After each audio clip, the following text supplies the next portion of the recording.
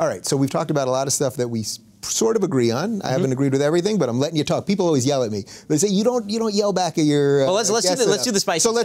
Let's get into some other stuff. So the gay marriage thing. Let's talk gay marriage. Sure. You're not big on gay marriage. No, I'm not on a social level. I think the government ought to be completely out of the business of marriage. I think the government sucks at everything, is my short message for today. The government is terrible at everything. If the government's goal was to forward traditional marriage, it utterly failed, obviously, as proved. But you don't mind it being out of the business of traditional marriage at all, No, right? I think the government should be out of all marriage. I think the government stinks at this. You know, now, I will say that, I think the idea of the government subsidizing gay marriage is silly because I don't think that there's societal benefit to gay marriage. If you're going to make the argument that government should be involved in marriage at all, which is not even an argument with which I agree at this point, but it's the way it is right now. Right. So let's just go from that. Okay. That base. So before I get there, one quick point. The reason I want the government out of the business of marriage is because now that the government has enshrined gay marriage, the next step is going to be going to religious people and telling them they have to engage with same-sex weddings. So as a religious person, this is problematic to me. I want a society in which I can do what I want, and I don't have to care what you think, and you can do what you want, and you don't have to care what I think. Right. That doesn't mean you get to come into my synagogue and get married. It also doesn't mean that I have to go to your gay wedding. Right, and that's an interesting place to have the discussion because I would argue for gay marriage for the exact reasons. I don't want the government involved in all of these things, and that's exactly why gay marriage should exist. And I think if Rand Paul had hit that point harder, it would have made a sensible libertarian argument for limited government. And you know what? You want to marry a dude? Go ahead. And you want to smoke weed? You're right. Well, I tend to agree. Both of those things I agree with. And by the way, I find people who smoke weed unbelievably irritating, but that's not my business. Right? I mean, this is the beauty of America is you don't have to give a crap what I think. We usually end the show by taking a bong hit. Oh yeah, well. It's going to be awkward then. Okay. But as far as the secondary argument about let's take the predicate that government is now involved in marriage. Yeah. Should government subsidize gay marriage and straight marriage the same way? My answer is no, because the only purpose for the government getting involved in marriage is the procreation of the next generation and the raising of that generation. And it's my belief that a man and a woman do a better job of raising a child and producing children, obviously biologically, than two men or two women. But isn't the child part of it sort of secondary? I mean, there are plenty of people that get married, gay couples and straight couples that don't have kids. This is so societal marriage change. in and of itself isn't just about. But at a governmental level, I don't care about those people. Or meaning, like, I care. I'm happy that they're happy, but I don't really care what they do. Like the government theoretically has an interest in the production of the next generation. Right. Right? That's the only interest in marriage. So in fact, you could even make a case that the government ought to be giving, basically tax benefits for having kids and no benefit for marriage. Right? But the truth is the reason that this was created in the first place, obviously, is because long before the advent of modern birth control, the fair assumption was that if you were having sex, then you were going to get pregnant, right? At least if you were having straight sex, you were going to get pregnant.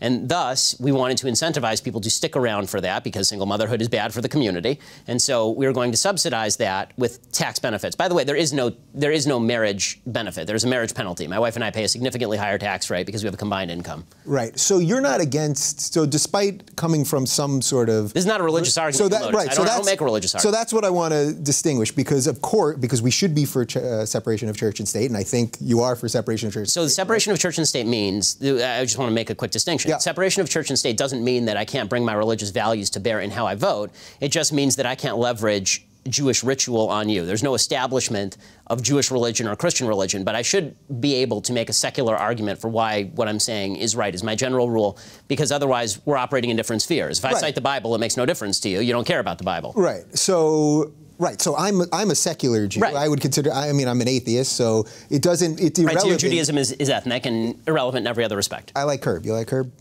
Who? Curb Your Enthusiasm. Oh, well, No. I mean, that's cultural Judaism, like bagels and matzo balls. I don't care. Still pretty good. All right, okay, so let's not get hung up with that. But so you're making the distinction between this isn't coming from a religious place. Now, I think part of the problem when it comes to gay marriage is that a huge portion of the Christian right is trying to impose their religious values on this. So but the policy itself isn't religious. But the rationale for the policy this is where I'm making a distinction. Yeah. The rationale for people voting can still be religious, but if the policy is not religious, if there's a secular rationale, this is what Scalia said about it actually. If there's a secular rationale to it, then the motivations of the voters don't matter. Like I don't care what the motivation of the voter is in virtually any circumstance. I matter what the vote is. Right? And if somebody wants to vote for lower taxes, I don't care whether they're doing it because they're on principle for lower taxes or whether they personally want lower taxes on their income. I just care about the outcome of the vote. The outcome of the vote. Okay, so basically you don't care about gay marriage. As this country stands right now, you simply don't care. Your one concern, though, is that ultimately this will lead to the government forcing gay marriage on synagogues that don't want to have it or mosques that don't want to have it. Yeah, not ultimately. Like now, in California, they've already passed laws that you have to teach same-sex marriage in public schools, for example. Like, it changes the nature of the teaching. My view on that is I don't know why I went to public school for elementary and part of junior high. I don't understand why the government is teaching me anything about this stuff. This is for my parents to teach me. Like, this is a values thing. Right. So I guess that's sort of where it's just values just get conflated with what we're taught. Like, it's just sort of a... Yes and no. I mean, there are no values to math. Right, there are no values. Well, math, right, but there are no values to biology. There are values to history, which is why it's dicey and it's disingenuous what the left has done with the education system. There are multiple perspectives on history, and the monopolistic takeover of the liberal arts is a real problem. Yeah. And you can have multiple perspectives on that, but we're not teaching marriage in the context of history or English. We're teaching it in the context of science, which has nothing to do with anything. So and again, a PC comes in. I mean, when they were doing sex ed, when I was in junior high, they were making a big deal out of the idea that everybody is equally likely to get AIDS, for example. Not true. I mean, it's just not true. AIDS is a behaviorally driven disease. Right? I will never get AIDS, right? Barring a blood transfusion that has AIDS. I don't do intravenous drugs, and I don't have promiscuous sex. And I was a virgin when I married my wife, and she was a virgin when she married me. So we're safe. Yeah. Right. we're good. We're about as safe as you can get on this. And so I don't like the facts being trumped by what we wish the facts were so that we could push certain political agendas. Right. So how do you then, taking this argument from a secular place, how do you then feel being in the same party of so many people that are taking it from a right-wing Christian place? Because there's a seemingly odd alliance there that I think is... Not really. I agree with them on the end point. I even agree with them religiously. I just don't think they're good spokespeople for their cause. I mean, I think that if your chief citation to your opposition to gay marriage is Leviticus 18:22, I don't think that that's a solid argument that's going to convince a lot of people. Right. I think that there are better arguments against gay marriage than that. Right. And so this is something I talk about at religious schools, and I've been asked by pastors and rabbis and priests to talk to students about, okay, you have these religious principles. Is there any justification outside of the Bible says so for why this is correct? And as a religious person who's actually thought through his positions, I tend to believe there is. Like, as a religious person, I believe that God didn't create stupid rules. So if you believe that God didn't create stupid rules, then you have to come up with some sort of justification for the rules that are being expressed. Like, there's some that you can't understand. That's just an article of faith. But the big ones about human behavior, there should be a decent rationale you can explain to people who don't buy into revelation. Sure. So there I would just say, well, you're basing your belief in God. It's just a belief, not anything that could be proven. So right, but that's every belief system. So no. Right. But anyone that's basing anything on religion is just basing something on some unproven thing. That is so I would say I want that nothing to do with my life. Which is fine, and that's why we live in America. Good. But I will say this: every belief system is based on something unproven. All of them. Human rights means nothing. Where do you get your basis of human rights? From a feeling. How about that? Well, exactly. Which is subjective. I handed it to you. Right. Well, right, but that's a blend. So you're saying basically where the liberals would say, I'm for this because I'm for gay people. I want gay people to be able to do what they want to do and pursue happiness like anyone else. You would say, well, just this has nothing to do with government and whatever. So I can't. There's not a lot of. No, there's not a lot of conflict here. Yeah. I mean, my governmental policy, because I'm basically a libertarian, is I don't care about that. Yeah. I mean, again, the government. So what do we do to strengthen that group of people? So clearly we don't agree on. It's getting there. We don't quite agree on this thing, but I understand your rationale, and you're not trying to stop gay people from getting married. I think right now, I think right now the next conflict is not going to come from the right. It's going to come from the left pushing the ball, meaning that it's going to come from the case in Oregon with this baker who doesn't want to service a same-sex wedding, doesn't want to actually have to cater it. Yeah. Right. I think that good-hearted people should say, fine, you do what you want, go across the street to the bakery. Like, who cares? That's what I would say. Right. Like, I'm not forcing. This is the difference between a liberal and a leftist. Yeah. In a nutshell, this is the difference between a liberal and a leftist. A liberal says, your business, I don't care. A leftist says, no. I think it's imperative that you will be made to care, right? In Erik Erikson's phrase, you'll be made to care. A man will come to your house with a gun and he will tell you that if you do not cater this wedding, they were forced to pay a $175,000 fine for not catering a lesbian wedding. Right? There's a bakery across the street. This is this is really nefarious stuff. So this is where you're asking where the momentum comes from? Yeah. This is where the momentum comes from. So when I make an argument to conservatives and religious people that the government ought to get out of the business of marriage, I'm not saying that because I'm pro-gay marriage. Right. I'm very much anti-gay marriage in the social sense. I don't think that you know, as a religious person, I think homosexuality is a sin. I think lots of things are sins that people engage in. I think they should be free to engage in them. But as a religious person, that's not my thing. I don't think that gay marriage is a great, massively good thing for society on a social level. But on a governmental level, if you guys don't just get out of this business entirely, the left has no endpoint. Their only endpoint is using the government as a club against you. So now that they've got gay marriage, it will go to we're going to stop accrediting schools that don't teach gay marriage or hire homosexual employees, right? And you've got Catholic churches say, I don't want to pay the health benefits of somebody's gay partner.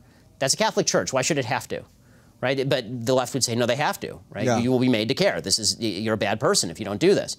And so what my argument to the right is... This is where I'm a sensible liberal. And it's right, exactly. So this is, yeah. But this, you'd actually get heavy argument from the not so sensible liberals, probably including all of the Democratic nominees.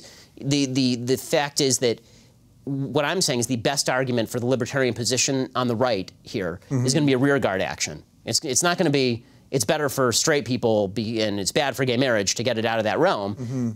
I think that if you want to fight against gay marriage, do it on the social level with your church, teach your kids what you want to teach them.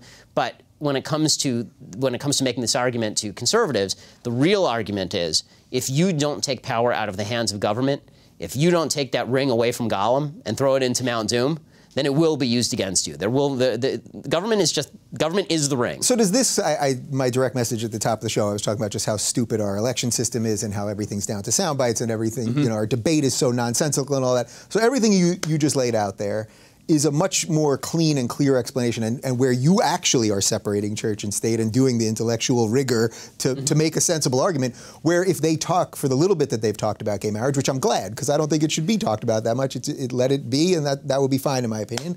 But nobody, you know, Marco Rubio will talk about the family, but he's purely doing it from a religious perspective. Well, there's an identity politics that's been created on the right in response to the identity politics of the left. So if we're going to be attacked as religious people, we have to talk as religious people, right? So I have to go preach from a pulpit, and if I don't cite, Genesis to talk about a man shall leave his parents and cling to his wife, if I don't cite that, then I haven't spoken the in code that shows that I care about the values of people like you. And this is the way the political game is played. So again, I sort of wish that Americans would see through the political game on all sides. Meaning, I wish religious people would just say, I agree, I understand you're anti-gay marriage, and I also understand what you're doing here to protect religious people, and you don't have to cite Bible verses at me to prove it. And you end up with idiocies like Donald Trump on stage waving around a Bible, pretending he gives a damn what's in it. Right, misquoting. Right, after 2 marriages and several adulterous affairs and bragging about having his experiences with married women, standing up there with a Bible and going, this is an even better book than The Art of the Deal. It's like, like if this is how you vote, if you're able to be pandered to that way, that's a sad commentary on American politics. And in its way, it's really no different from Hillary Clinton going to the black community and saying, you're the victims, and now I'm going to speak the language you understand. Here's how you know that I care about you. Yeah. I'm not big into caring. You know, I'm not. I think that people who pretend to care about you are generally people who want the power to control your life. The only people that I want power in their lives, and they want power in my life, are my immediate family. That's it.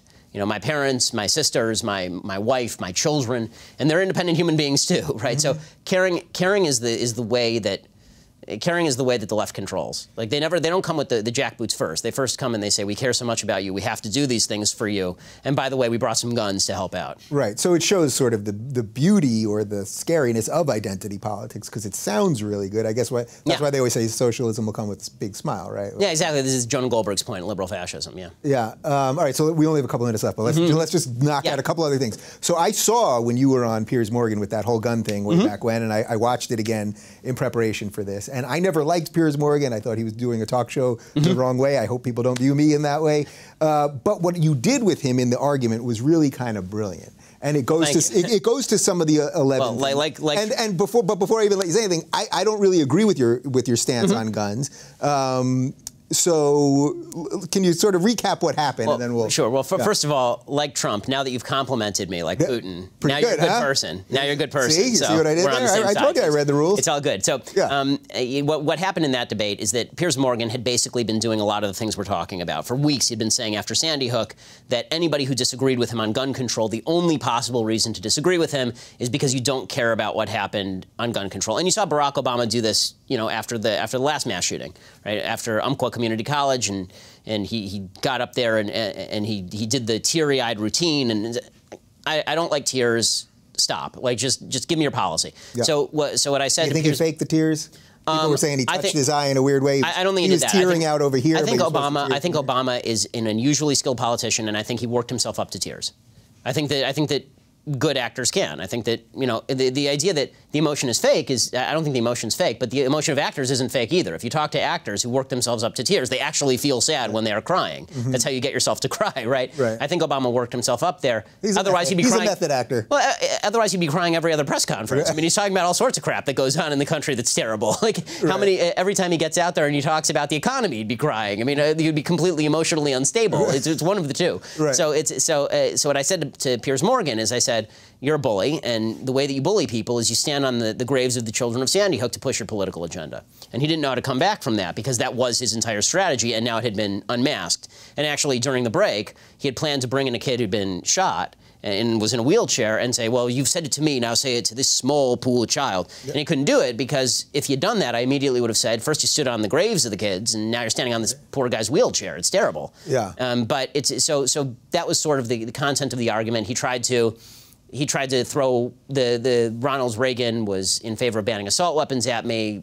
I don't care, as I've said, what Ronald Reagan had to say. He's a guy. Sometimes he's right, sometimes he's wrong. Yeah. So he wasn't a god? Is that... Yeah, exactly. You're confirming that. As a religious person, I only have one, and Reagan. Not him. Yeah, exactly. Okay, so that's not the one. We knew that. I knew there was one. Exactly. Right. It's just not Reagan. It's just not Reagan. Okay, got it. And I know, because he's not back, right? I mean, he could be. He could be. Weird, but so my feelings on the gun thing is that basically, because I believe in the Second Amendment, people should have access to guns. It's clear after an hour together, I'm not a huge fan of the government, so I do believe people should be able to protect themselves and all of those things. What I think is that we should be able to control it a little bit more than we are. I think that the NRA does wield too much power. And then I would say at the same time, as I always like to say, two things can be true at the same time, we have a massive mental health problem in this country. And that's the part that we're not talking about, because every commercial for every cable news channel is for some other drug that it turns out that some crazy percentage of these shooters are on. Right. So when it comes to gun violence, there's two problems. There's inner city violence, which really is a matter of gang violence and people shooting each other, unfortunately, because they're involved in gangs. And this is what's happening every day in Chicago, but never makes national. And Los Angeles and Washington, D.C. and all the major cities. I mean, this is all the heavily gun-controlled areas, Democratic areas. These are the places where people are getting killed en masse. And then you have the mass shooting issue. And the mass shooting issue is largely because in the 1960s and 1970s, this is the one area where I think the government actually should be involved. In the 1960s and 1970s, there was a decision that was made basically all across the country to empty out all the mental facilities, because there was an idea that went around the country and gained a lot of traction that mental illness was basically one flew over the cuckoo's nest. Nobody was seriously crazy, everybody was just eccentric. Right. And this is why you have a mass growth in homeless people. In 1960, how many people do you think in 1960 were in mental institutions in the United States? I mean, I can't imagine, I would guess. 500,000. Yeah, or 500,000 people. 500,000 people, right? And we had half the population then, right? Today, there's 25,000 people in mental facilities.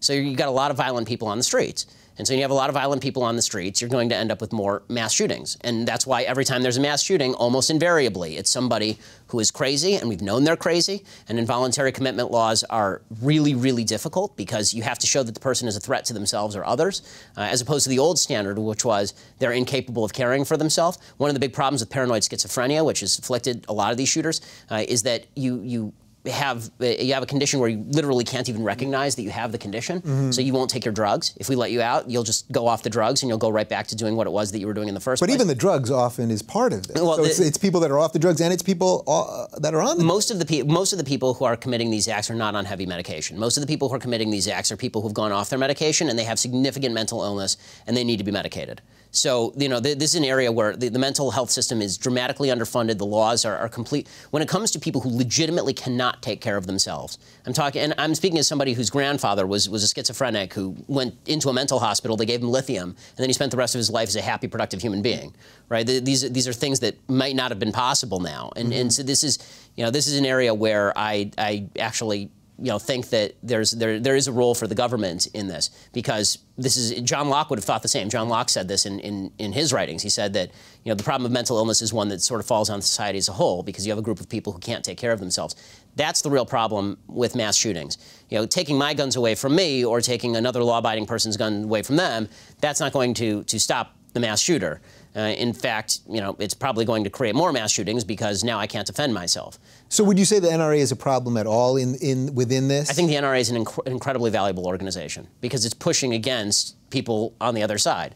I don't have to agree with everything the NRA says to think that they're an incredibly valuable organization that's channeling the legal hopes of a lot of Americans to protect the Second Amendment. And we're about one vote away on the Supreme Court from the Second Amendment disappearing entirely. So that's a little scary. All right, so let's just do some Supreme Court stuff, and that's how we're going to end this. So with this whole thing with Scalia right now and this spot, where do you stand on this? It seems to me that Obama has to nominate someone. That's his job. He's the president. Are you with me so far?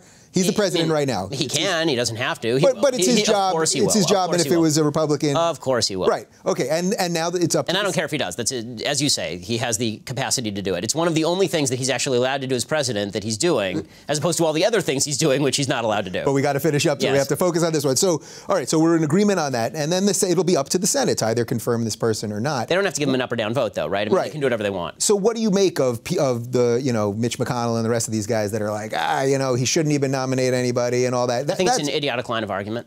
I mean, I think it's a really dumb line of argument. Listen, I went to Harvard Law School, and I wrote my third-year paper at Harvard Law School on the idea that Marbury versus Madison was wrongly decided. I don't think that the Supreme Court should have the capacity to decide for everyone. Like, for conservatives to think that the entire future of the Constitution rests on one guy not dying is really sad, right? And the reason for that is because the Supreme Court has now been seen as this great moral arbiter. I don't think it is. I think that the Supreme Court has been responsible for some of the worst decisions in human history. I mean, the Supreme Court is responsible for Roe, which is a disaster. The Supreme Court was responsible for Plessy versus Ferguson. Everybody always wants to talk about Brown versus Board. If they'd gotten Plessy right in the first place, you don't need Brown versus Board, and segregation ends in 1900. So the Supreme Court is a serious problem. They're 9 unelected people, which I don't even care about the unelected, but they're 9 people who are given the power to control everybody's life in the name of a document that most of them don't even take seriously. So is that the irony with the Supreme Court, that they're supposed to be above partisan politics, and yet the whole system to get them there is partisan? And they're partisan themselves. I mean, Elena Kagan is a hardcore Democrat. Elena Kagan was the Solicitor General for Barack Obama. Come on. Right. I mean, she was the dean when I was at Harvard Law School. She was a hardcore leftist then. The idea that people are free of politics, I'm what they call a legal realist. I believe that virtually everybody has their perspective on life, and that comes out in how they adjudicate.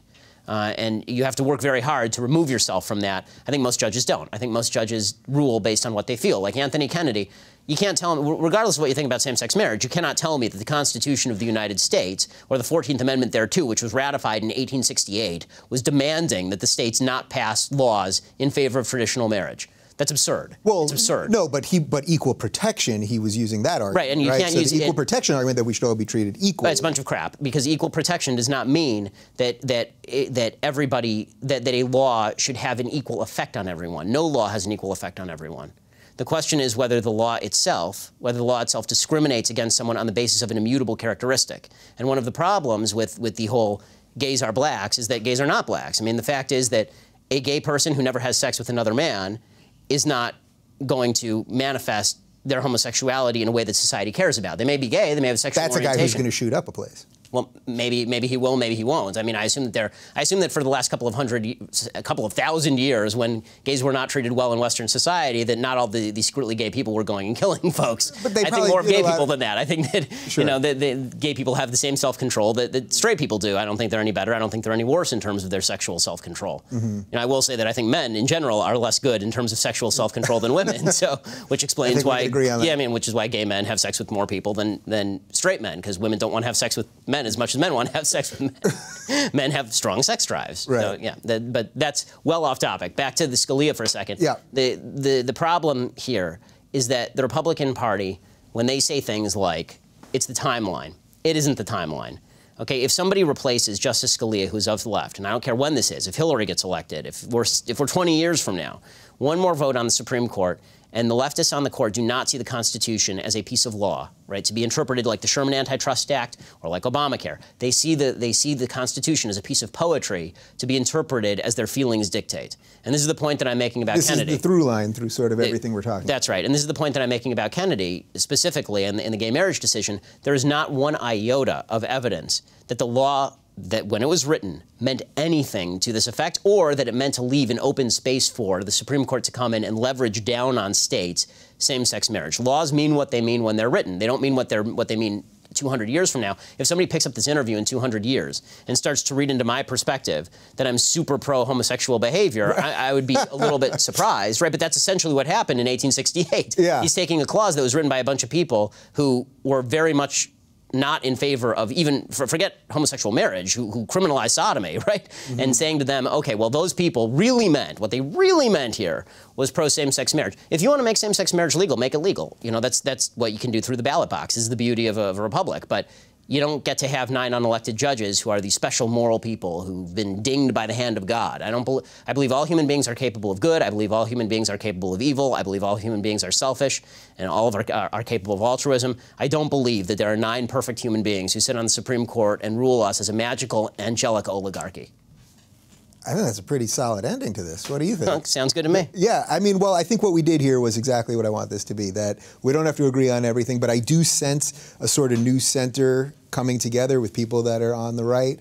That was my left, but you see what happened there. People that are on the left and on the right, that there's a way where you can be moral and it doesn't necessarily have anything to do with religion, or you can be moral and it has something to do with religion, but that's not how you want to be governed. And I think that's going to be my takeaway from this. No, I think that's exactly right. I mean, as I say to people who disagree with me, the beauty of the country is that you don't have to care what I think. The minute you bring the government into saying that I have to care what you think, then we're at odds. Yeah. So as long as the government's out of it, we can have these discussions all day long, and it's just good fun. The minute you bring the gun to the party, you're the fascist.